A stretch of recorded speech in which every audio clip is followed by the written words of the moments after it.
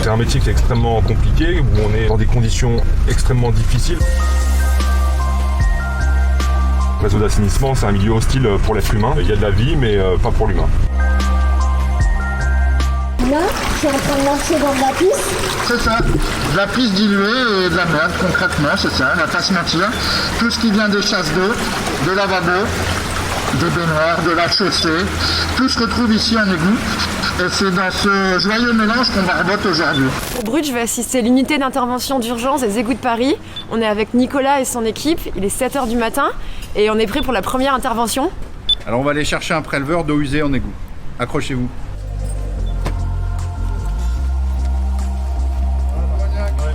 La vieille litière de hamster.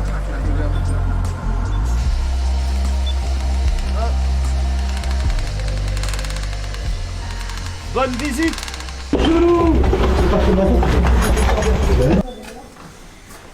C'est hyper exigu, mais c'est pas froid du tout, c'est plutôt chaud. Et par contre, c'est vraiment, avec le masque, on a zéro odeur. On est l'unité d'urgence.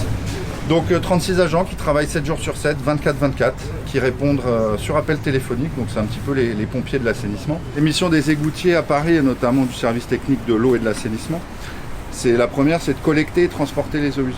C'est également la perte d'objets, donc clés, téléphone. C'est les mauvaises odeurs, les engorgements, donc quand vous tirez la chasse d'eau que ça ne marche plus, c'est ces équipes qui se déplacent pour trouver le problème. Ah, regarde, déjà.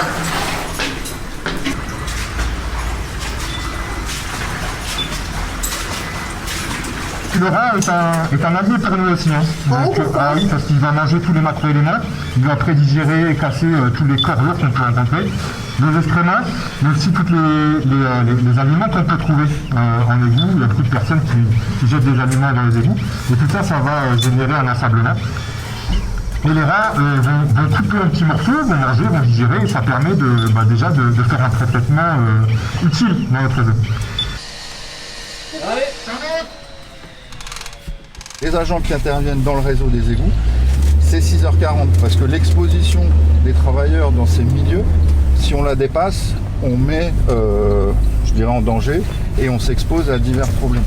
Après, il y a des risques un peu plus sournois, enfin les risques d'intoxication, on les connaît, on les maîtrise, on porte un détecteur. Donc qui analyse en permanence l'atmosphère de l'égout, le taux d'oxygène, l'H2S, qui est notre pire ennemi, c'est un gaz qui est issu de la décomposition des matières organiques. L'égout, voilà, c'est un tuyau, c'est un gros intestin, c'est l'intestin de la capitale et nous on barbote dedans. Ce qui a été prouvé par différentes études, notamment une étude d'INRS, une étude de mortalité et de morbidité, c'est qu'il y a une espérance de vie qui est réduite par rapport à une population de référence qui était les ouvriers de Seine-Saint-Denis. On a une espérance réduite de plus de 7 ans et 17 ans par rapport à un cadre qui travaille dans un bureau. Pourquoi vous avez choisi de faire ce métier? Je pense que égoutier, on le choisit. C'est un métier de conviction. On a cette conscience de service public et d'intérêt collectif, d'œuvrer vraiment pour l'usager parisien. Je me posais pas trop de questions quand je tirais la chasse d'eau ou je vidais mon bain. Et là, j'ai vu cette réalité, en fait, et ce monde invisible, cette vie qui se passe sous terre, sous Paris. Donc, j'ai découvert ça et ça a été vraiment une vocation.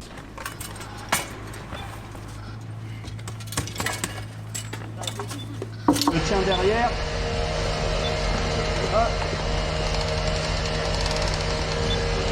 Les égouts, c'est un système